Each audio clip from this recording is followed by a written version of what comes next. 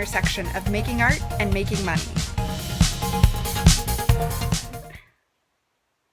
Hi, and welcome YouTube viewer. You are watching me recording my podcast, Explore Your Enthusiasm, live. So I have my notes here in front of me, just right below the screen. So you might see me reference my notes a couple times. This is an audio podcast that you can find on iTunes or Stitcher or wherever you listen to audio podcasts. It's Explore Your Enthusiasm. You will also find it here each week on YouTube. So you can hit the subscribe button and be notified every time a new episode comes out.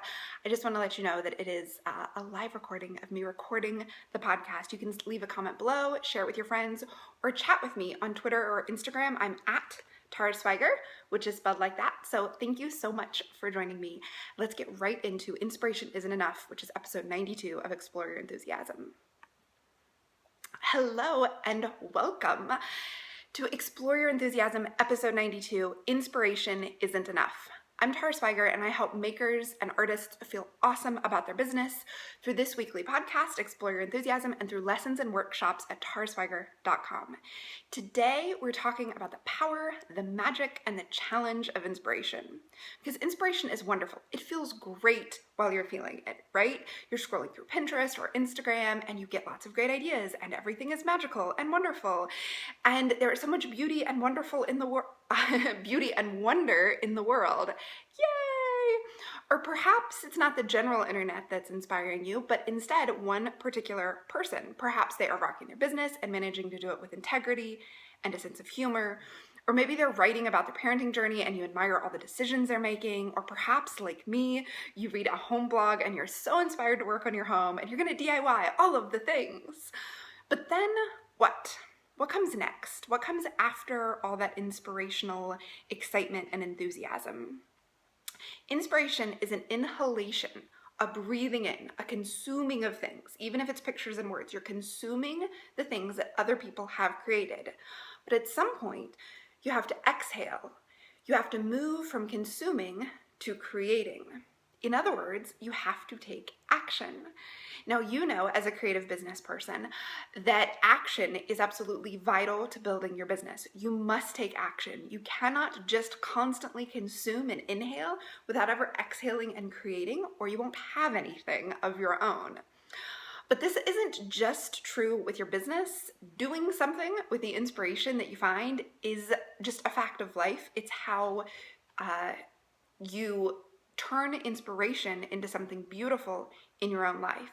It's true for anything. If you inhale constantly without exhaling, you're going to die of oxygen poisoning. Well, that same kind of poisoning can happen when all you do is inhale inspiration and you don't create anything.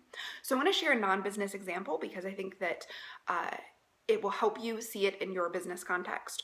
So my non-business example is when I want to make a new quilt. I look at quilts, I pin quilts, I get 500 books from my library, I window shop for fabric. I think and I think and I think and I look and I admire and I start following quilted bloggers and I read all of their old posts from the past 5 years. And if I keep thinking and reading and pinning, after a week or two of total obsession, like it's the only thing I do on the internet outside of work, I end up just getting bored with it. I stop looking at my pin board. I stop shopping for fabric. And with a month, I'm over it entirely. Like I don't even want to talk about quilting or think about quilting. And I get over it entirely without actually having done anything, without having made a quilt or even working on the ones I already have half made. That's all inspiration and no action. And the end result is like feeling worse about quilting than I did when I started. Because not only am I over it, but I realize I spent all that time and I saw nothing for all my time spent. But if I pace my inhalation with exhalation, if I work on an unfinished quilt that I have a bit each night while I'm also reading the quilting blogs, I can keep the excitement going for longer. Or if I pull the trigger and buy fabric and then immediately cut into it, I keep the enthusiasm moving. And above all, I've turned my inspiration into something real and tangible. So I actually have a result of all of that time spent, which is huge for making you feel good about what you're doing, what you're creating, and for building confidence that you actually can turn that inspiration into something. You actually can create things in your own life. So the same thing happens in your business. I've seen it and experienced it myself like 1,000 different times. So first of all, this happens all of the time with people who just want to have a business. They just think and tell people, or maybe they keep it all to themselves and they just really want a business. So they obsess, they read, they make notes, and they never do anything. They never take it anywhere. Their enthusiasm wanes as they learn more and more about the hard work involved. They start to think, maybe I won't be able to do this. Maybe there's just way too much involved. Oh my goodness, there's state tax, and there's federal tax, there's income tax, and there's sales tax, and oh, there are like websites to build, and oh, I have to use all the social media tools. And then they start to think about all the things holding them back. Well, I have kids, and I work a full-time job, and I have 2 dogs that require my constant attention. And if they had taken action in the moment of inspiration when they felt the most enthusiastic about it, they would not only have a business, but the path to getting that business would be a lot easier because all of these other things wouldn't have had time to deflate their enthusiasm and deflate their momentum and make them feel like maybe they're not good enough. So if the minute that inspiration struck them, they had started to take some action, they wouldn't have psyched themselves out over how hard it is. So if you start with action, the actual process of it doesn't feel so hard because you don't get all in your head and you don't get all comparison-y about everybody else who's doing it, all the things they're doing and all the things you could be doing and should be doing. So since I work with makers who are more in the middle of their business and they're not just starting up, I see this at every stage. So we talked about those people who want a business, right? But they never actually really have one. Well, I work with people who have a business. They've started it, they've done that stuff, and then they get ideas about other things. There's also all these small businesses. I want you to know it's totally normal if you feel this way in your small business, that you get inspiration for a product or a project or a new line or a new communication method to use with your people, and you feel amazing about it, and then you get paralyzed and you don't actually take action. So I've seen students get an idea or have a great conversation, and instead of taking action, they decide, I'll research more, and they read more and they think about it and they try to find the right answer. And remember, there isn't a right answer out there. You get more and more clear on what the right answer is by doing things. So after a couple weeks and months, they're not excited about it anymore, and then they're no longer inspired. And so let's go back to that question I asked at the beginning. What happens after inspiration?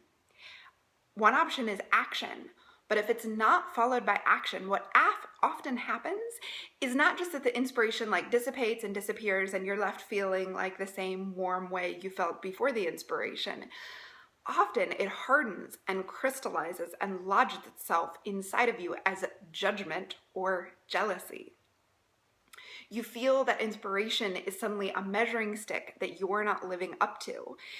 And I've seen this either lead to jealousy, which is when you wish that you had what the inspirational people have and you focus on how you don't have it. And I've also seen and felt it lead to not enoughness, where you think that they're better than you and it's your fault because you suck and you won't ever have that thing that you're inspiring or aspiring towards. So you start to doubt your own capability and you build up walls and reasons why the inspiring person is so much different than you. They don't have kids, or they have a different education, or they're just more outgoing or smart or clever or pretty than you. In other words, they have something that you don't, and that's what's holding you back. That's what the inspiration tells you, right? There's a reason why they have it and you don't. When in fact, the reason why they have it and you don't is usually action. They've taken action to have it.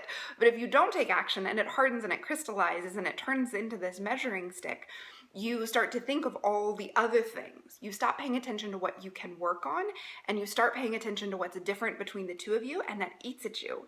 And that is bad for you, for your business, for your motivation, for your enthusiasm, because it kicks your confidence in the teeth and it kills it and it crushes it. And without confidence, you can't take the actions that you need to take to build the business that you want to have.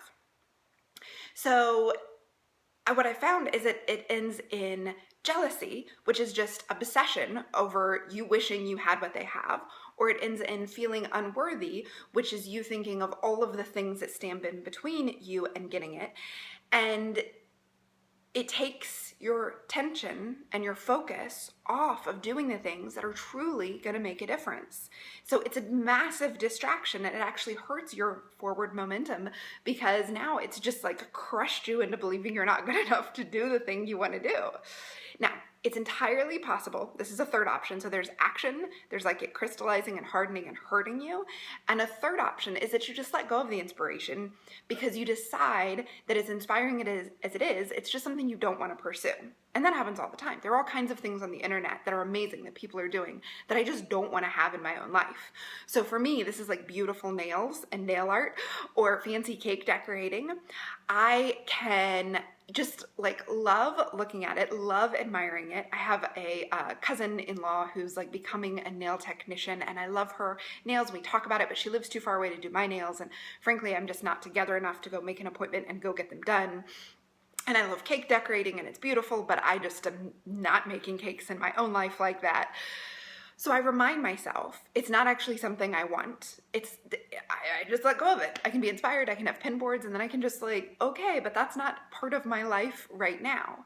And yet, even with this option, sometimes I still feel the fancy nails or the cakes judging me and telling me that if I was a grown-up woman enough, I would have fancy nails, which if you're watching the video, you can see I don't. Or I would have beautifully decorated cakes for every party I ever attend. And so even if you decide to let the inspiration go and that you're just going to release it and you're not going to have a part of your life, sometimes you still feel like, well, but if I was really good enough, I would be able to have that too. So inspiration, if it turns into self-flagellation, kills your confidence. And dead confidence keeps you from taking action on anything in your business. If you believe you're not capable of getting the thing that's been so inspiring you, often that will start devolving into you feeling like you're not capable enough to do the things that you were just capable of doing last week. And that devolves into you not doing the things you know you can do because you just don't have confidence in anymore. So this obviously sucks. This is a bad result to what was a pleasurable, fun time of looking at Pinterest or Instagram or reading somebody's blog. So let's go back to the beginning. Inspiration is fun, but it's dangerous if it doesn't move past inspiration and into action. Inspiration is nothing without action. That's what I want you to remind yourself of when you're scrolling through Pinterest, when you're looking at Instagram, when you want to just take a break and flip through a pretty book or a pretty blog. Ask yourself, what is this doing for me long term? This doesn't mean you don't ever spend any time getting inspired, but that you pay attention to what you're letting the inspiration do once it lodges inside of you. If you're letting it propel you to more action, or it's propelling you to self-judgment and flagellation and a loss of confidence. So inspiration is nothing without action, and action can't happen without confidence unless you actually believe you're capable of doing the things you want to do, unless you feel like you're capable of taking the action you want to take, or of accomplishing the things that are inspiring you. So how do you build confidence? How do you build the confidence to take the action so that when you see the inspiration, you do something with it?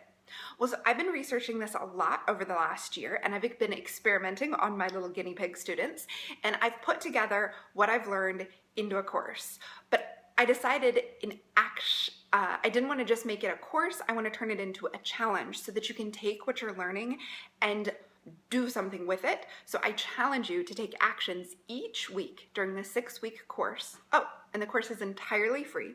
You can sign up for it at taraswiger.com/bizconfidence, B-I-Z and the word confidence.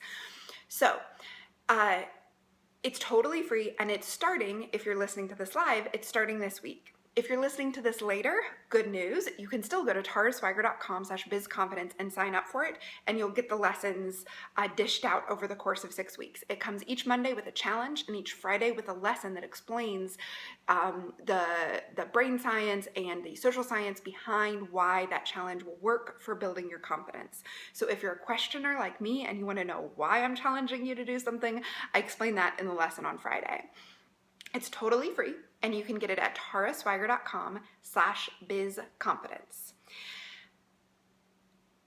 You can, it also includes an amazing, awesomely supportive community on Instagram, which I just love. And you can participate in that by using the hashtag BizConfidenceChallenge. And if you go into Instagram and you type in, all one word, BizConfidenceChallenge, you'll see some of the amazing posts from people and read in the comments that the community really supports each other in building their confidence and taking the actions. Because let's face it, building confidence requires you to take action and to do scary things. And it's nice to have people supporting you as you do that. So you can sign up and get all of the instructions on how to do it at taraswiger.com/bizconfidence. So now it is time to apply this whole thing to yourself. I want you to think about how you handle inspiration and action and confidence. So how do you handle inspiration right now, especially as it comes to your business? So it's one thing for me to get inspired by quilts and then fall out of love with quilts because I got too obsessed and I didn't take any action, right? There's no real harm in that. But what if this was something to do with my business? What if this is me being inspired to, say, do webinars, and I get obsessed and I research and then I never take any action, and then I feel bad about myself because I see the person who originally inspired me to do webinars and they're doing awesome and I'm doing bad, right? So I want you to think about, how do you work with inspiration right now, especially in your business? Is it prompting you towards action, or is it crystallizing into judgment, jealousy, or insecurity? If you're not sure and you think like, I don't know, I can't think of any examples, I want you to right now write down the name of one person who pops into your head when I ask you this. Who is an inspiration to you in your business? What person would you say, like, oh, they're an inspiration to me? Now, this can be anybody. This can be someone you don't know at all. This can be a teacher. This can be a periscoper, a blogger, a podcaster, anybody who serves as an inspiration for your business. Write down their name. Now ask yourself, how is your internal relationship with them? Not your in-person relationship, because they might not have any idea who you are, but what is your internal relationship with them?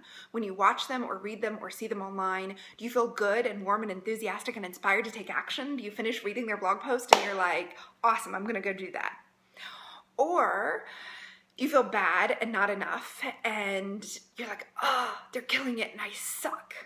Right? Now, know that both of those reactions are totally normal. Everyone I've ever talked to about their inspiration says, I love them and I just love what they're doing and I so admire them, and then I read them and I feel horrible about themselves. I definitely have a couple blogs of people that I think are fantastic that I just don't read, because when I read, it makes me feel bad about myself. Now, I want you to remember, this is entirely about you. The other person might not know you at all, and if they do, they're not realizing all of this internal relationship you have in your own head with them and their work. They are likely doing nothing to make you feel this way. I used to say that there was this blog that just made me feel bad about myself. And then I realized they aren't making me feel bad about myself. They are rocking at the thing they're rocking at. I'm choosing to let it impact me in this way. The way that I feel is a conclusion to how I'm interacting with the inspiration they're providing. The inspiration itself has nothing to do with it. So your feelings about this is all about you and how you're handling it. It's not having anything to do with them. So coming to this, thinking through this, how you're dealing with inspiration, remind yourself, it says nothing about the other person at all. It says everything about you and how you're interacting with it. So if you find yourself feeling not enough or insecure in comparison to what's been inspiring you, then you know what you need to do, right? After listening to this podcast episode, what's the answer? You need to take action. You want to take note of what inspires you. And not just what inspires you, but what about it inspires you? What more do you want in your life that the inspiration is inspiring you towards? What is it that you find so inspirational? So what more of that do you want in your life? And then decide today, right now, on one action you can do to bring more of that into your life. And then take that action, make it happen, turn that inspiration into action. And if you feel, after thinking this through, like maybe you're not good enough or smart enough or fancy enough to make that thing happen, sign up for the Biz Confidence Challenge and let's grow your confidence so that you can start taking action to growing your business. I want to help you with this. I am taking the Biz Confidence Challenge again for the second time because I need it all the time too. It is perfectly acceptable and okay to feel like the things you want in your business, you're not quite big enough or awesome enough or smart enough yet to get. So that's what we're going to do. We're going to grow your confidence so that you can grow your biz by taking the actions that you need to take. So you can sign up for the entirely free e-course at taraswiger.com/bizconfidence. Thank you so much for listening, and I wish you a very enthusiastic, very confidence-filled day. Thanks so much for listening to Explore Your Enthusiasm.